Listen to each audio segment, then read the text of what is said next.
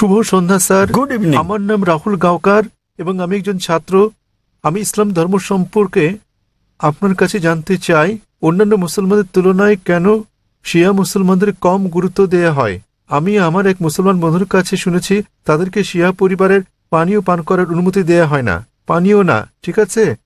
আমি আসলে জানতে চাই, এও বলা হয়ে থাকে যে ইরাকে সাদ্দাম হোসেন যা করেছেন, তিনি রাসায়নিক গ্যাস প্রয়োগ করেছেন, তিনি শিয়াদের উপর নৃশংসতা চালিয়েছেন, যা দ্বিতীয় বিশ্বযুদ্ধের সময় ইহুদিদের উপর হিটলারের নির্যাতনের সঙ্গে তুলনীয়।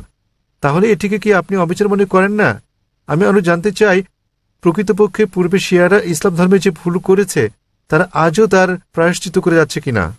ভাই প্রশ্ন করলেন যে শিয়াদের কেন নিচ বললে গণ্য করা হয়, তারা কি অপরাধ করেছে, সাদ্দাম হোসেন কেন তাদেরকে হত্যা করেছে, যেমন জার্মানিতে হিটলার রাসায়নিক অস্ত্র দিয়ে ইহুদিদের হত্যা করেছে ইত্যাদি। ভাই ইসলামে কোনো শিয়া সুন্নি নেই, কোনো শিয়া সুন্নি নেই ইসলামে।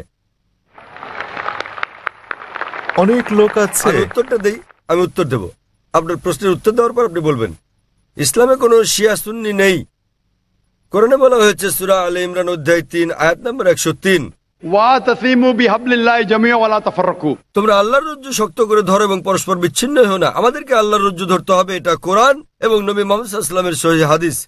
যদি আপনি এই রজ্জু ধরেন তাহলে আপনি খাঁটি মুসলিম। ইসলামে শিয়া সুন্নি নেই এবং ইসলামে কোনো ভাগ নেই। কোরআন বলছে সূরা আনাম অধ্যায় নম্বর 6 আয়াত নম্বর 159, হে নবী, নিশ্চয়ই যারা খণ্ড বিখণ্ড করেছে, অনেক দল করেছে ইসলাম ধর্মকে, তাদের সাথে আপনার কোনো সম্পর্ক নেই। আল্লাহ বিচার দিবসে তাদের ব্যাপারটা দেখবেন। এবং আমাদের নবী মুহাম্মদ সাল্লাল্লাহু আলাইহি ওয়াসাল্লাম বলেছেন যে মুসলিমদের মধ্যে 73টি দল হবে, এর মধ্যে কেবলমাত্র একটি দল যাবে জান্নাতে। সাহাবাগণ জিজ্ঞেস করলেন কোন দলটি? যারা অনুসরণ করবে আমাকে এবং আমার সাহাবীদের, যারা কোরআন এবং নবীর সহিহ হাদিস মেনে চলবে তারা। সুতরাং কোরআন বলছে ধর্মকে খণ্ড বিখণ্ড করো না। আমাদের নবী বলেন, এমনকি কোরআনে বলা হয়েছে কিছু লোক থাকবে তারা দল সৃষ্টি করবে। কতটা? 73টা। যে দল সঠিক পথে থাকবে তারা বিভাজন সৃষ্টি করবে না। সুতরাং যে কেউ নিজেকে মুসলিম ছাড়া অন্য কিছু বললেও শব্দটি হবে মুসলিম। মুসলিম মানে যে নিজের ইচ্ছাকে আল্লাহর কাছে সমর্পণ করেছে। নবী কি ছিলেন? তিনি শিয়া ছিলেন না সুন্নি ছিলেন? তিনি কি ছিলেন? তিনি ছিলেন মুসলিম। এবং এর আগে আমি বোনকে যে জবাব দিয়েছি তাতে ছিল সূরা আলে ইমরান অধ্যায় 3 আয়াত নম্বর 64 বলা হয়েছে, ফাকুলু শাদু বিআন্না মুসলিমুন, সাক্ষী থাকো যে আমরা মুসলিম। বিচার করার জন্য আপনি কি করবেন মুসলিমরা ঠিক না ভুল পথে চলছে? আপনি দেখবেন কোরআন। মোহাম্মদ, জাকির, সুলতান, আব্দুল্লাহ, যে কোনো নাম হোক, কোনো সমস্যা নেই। নিজেকে পরীক্ষা করতে বলেন। যদি সে কোরআন এবং নবীর নির্ভরযোগ্য বাণী বুখারী, মুসলিম ইত্যাদি অনুসরণ করে তাহলে সে খাঁটি মুসলিম। যদি সে নবীর প্রকৃত শিক্ষার বাইরে যায়, বুখারী, মুসলিম এবং অন্যান্য সহিহ হাদিসের বাইরে যায় এবং কোরআনের বিপক্ষে যায়, তাহলে সে প্রকৃত মুসলিম নয়। প্রকৃত মুসলিম হচ্ছে সে যে মেনে চলে কোরআন এবং নবী মুহাম্মদ সাল্লাল্লাহু আলাইহি সাল্লামের যথাযথ শিক্ষা। সুতরাং এটা জানার পর নিজেকে সে যাই বলুন না কেন, যদি না মেনে চলেন কোরআন এবং নবীর সব শিক্ষা হাদিস, তাহলে সে প্রকৃত মুসলিম নয়। আপনার প্রশ্নের দ্বিতীয় অংশ, সাদ্দাম হোসেন। প্রশ্নের মধ্যে সাদ্দাম হোসেন নেই? আছে প্রশ্নের মধ্যে। হ্যাঁ, সাদ্দাম হোসেন শিয়াদের হত্যা করেন। ভাই আমি জানি না তিনি শিয়াদের হত্যা করেছেন কিনা, এটা মিডিয়া বলছে। কিন্তু হোক সাদ্দাম হোসেন, হোক হিটলার, হোক জর্জ বুশ, যে কোনো নিরপরাধ মানুষকে হত্যা করে, শিয়া সুন্নি বাদ দেন, যদি সে হত্যা করে নিরপরাধ কোনো হিন্দু, নিরপরাধ খ্রিস্টান, নিরপরাধ ইহুদিকে, তাহলে সেটা বড় অপরাধ। হোক না কেন সাদ্দাম হোসেন, হোক জর্জ বুশ, হোক না হিটলার, যে কোনো নিরপরাধ মানুষকে হত্যা করে, হোক সে মুসলিম বা অমুসলিম, হোক না কোনো হিন্দু বা খ্রিস্টান কিংবা ইহুদি, যদি কেউ কোনো নিরপরাধ মানুষকে হত্যা করে, সেটা হচ্ছে একটা পাপ কাজ, এটা নিষিদ্ধ। কারো সাফাই করতে আমি এখানে আসিনি। তাতে হোক তার নাম জর্জ বুশ, হিটলার, সুলতান, আব্দুল্লাহ, টম, ডিক, হ্যারি বা যে কেউ, যে কোনো নির্দোষ মানুষকে হত্যা করা সবার জন্য নিষিদ্ধ। আশা করি উত্তরটা পেয়েছেন। স্যার, তার মানে আপনি বলতে চান আমাদের শিয়া সুন্নি কিংবা বহুরি মুসলিমে বিশ্বাস করা উচিত? আমি তা বলছি না। কোরআন কোন শিয়া সুন্নি নেই কোরআনে। অনেক মসজিদ আছে, অনেক মসজিদ। তাহলে আপনি তাদেরকে বলেন, তাদের জিজ্ঞেস করেন শিয়া কথাটা কোথায় আছে কোরআনে, তাকে জিজ্ঞেস করেন বহুরি কোথায় আছে কোরআনে। স্যার এটা আমার কলেজ বান্দ্রায় স্যার আমি অধ্যয়ন করছি। সুতরাং তারা মেনে চলছে না। আপনাকে যা করতে হবে তা হচ্ছে তাদের জিজ্ঞেস করেন তারা কি মুহাম্মদ সাল্লাল্লাহু আলাইহি সাল্লামের শিক্ষা অনুসরণ করে চলছে, তারা কি আল্লাহ সুবহানাহু ওয়া তাআলার শিক্ষা অনুসরণ করছে। আল্লাহ কোরআনে বলেছেন সূরা আনাম অধ্যায় নম্বর 6 আয়াত নম্বর 159, যারা সৃষ্টি করেছে বিভক্তি ইসলাম ধর্মে তাদেরকে আপনার কিছু করার নেই। ইসলাম ধর্মে বিভক্তি সৃষ্টি করা এটা হচ্ছে হারাম। তো ভালো মুসলমান হতে হলে আপনাকে আল্লাহর রজ্জু শক্ত করে ধরতে হবে, এটা বলা আছে কোরআনে। সুতরাং কাউকে আব্দুল্লাহ, সুলতান এরকম নামে ডাকলেই সে জান্নাতে যেতে পারবে না, বরং সেজন্য স্রষ্টা সর্বশক্তিমান আল্লাহর নির্দেশ পালন এবং নবী মুহাম্মদ সাল্লাল্লাহু আলাইহি সাল্লামের শিক্ষা অনুসরণ করতে হবে। ভাই, আপনাকে একটা প্রশ্ন করি, একটা প্রশ্ন। আপনি শিয়া সুন্নি নিয়ে খুবই উদ্বিগ্ন, জানতে চাচ্ছি সেটা কেন? স্যার অনেক কিছু আমার বন্ধুরা। না না, আপনি কি ইসলাম কবুল করতে চান? তারপরে কোন দলে যাবেন ভাবছেন? স্যার আমি মানে আমি জিজ্ঞেস করছি, জি আপনি কি ইসলাম কবুল করতে চান আর ভাবছেন শিয়া না সুন্নিতে যোগ দেবেন? তাই স্যার না, আমি ইসলাম কবুল করতে চাচ্ছেন না? স্যার এখানে অনেক ধর্ম আছে, ইসলাম ধর্মের অনেক ভাগ আছে। কোনো বিভক্তি নেই ইসলামে। ইসলামে কেবল একটি শব্দ আছে, মুসলিম। আপনাকে যে যাই বলুক, হ্যাঁ, আপনাকে তারা বলেনি যে কোরআন বলেছে। আমি আপনাকে রেফারেন্স দিচ্ছি। লোকটি আমাকে বলেছে তিনি সুন্নি, তিনি আমাকে বলেন তাকে সুন্নি হতে দিন, শিয়া হতে দিন, বহরি হতে দিন, যে কোনোটা। তাকে বলুন কোরআন বলছে বিভক্তি সৃষ্টি করো না। অধ্যায় নম্বর 6 লিখে রাখুন আপনি। এর অর্থ অধ্যায় নম্বর 6। স্যার এর অর্থ এগুলো সব হতাশাজনক। তিনি কোরআন মেনে চলছেন না। কোরআন বলছে সূরা আনাম অধ্যায় 6 আয়াত নম্বর 159, আপনি নোট করে রাখুন যে ডক্টর জাকির নায়েক বলেছেন সূরা আনাম অধ্যায় 6 আয়াত 159 আছে বিভক্তি সৃষ্টি করো না তোমরা। আপনাকে যা করতে হবে, নিজেকে ঈশ্বরের কাছে সমর্পণ করতে হবে আপনার। এখন আমি জানতে চাই, আপনি কি নিজেকে ঈশ্বরের কাছে সমর্পণ করতে চান? ভাই, নিজেকে হ্যাঁ ঈশ্বরের কাছে সমর্পণ করতে চান আপনি?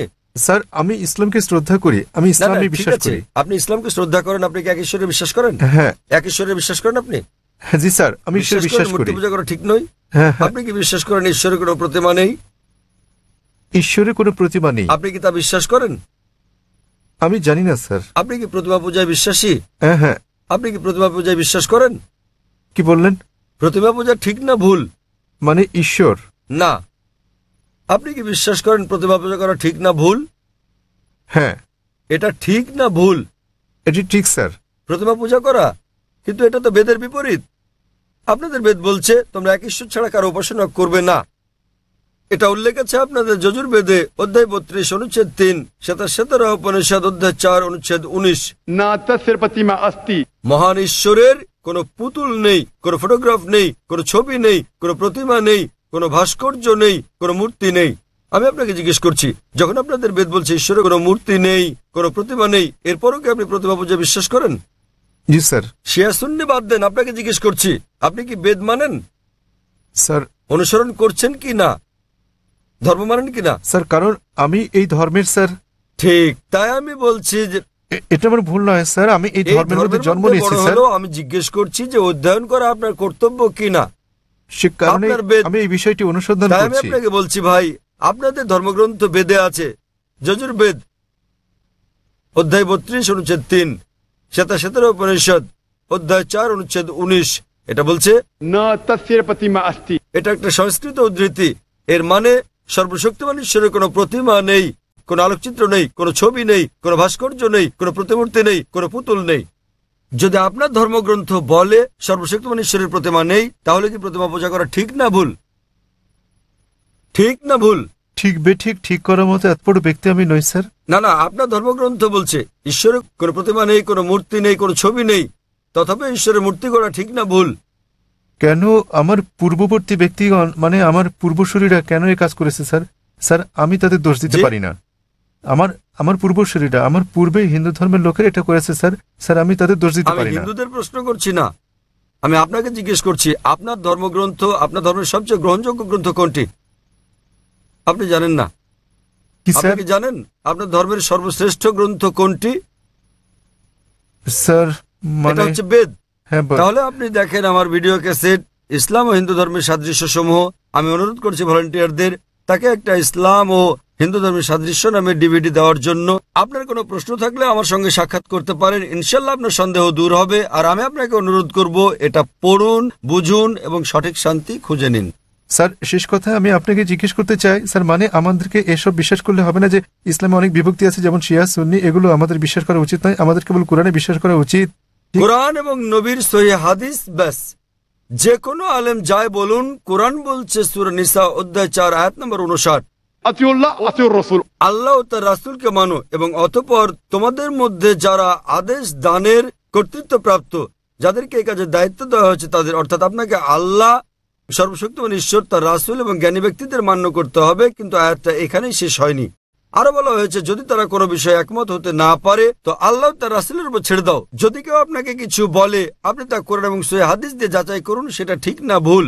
এ কারণে যে কোনো আলেম যাই বলুক না কেন তার কোনো মূল্য নেই ইসলামে। স্যার সেখানে আমাদের বিষয় হচ্ছে আল্লাহ সর্বশক্তিমান ঈশ্বর এবং তার বার্তাবাহক। কোন আলেম কিছু বললে তা যদি কোরআন এবং সহিহ হাদিসের সঙ্গে মিলে তো আমরা গ্রহণ করি, আর যদি কোরআন হাদিসের বিপরীতে হয় তা প্রত্যাখ্যান করি।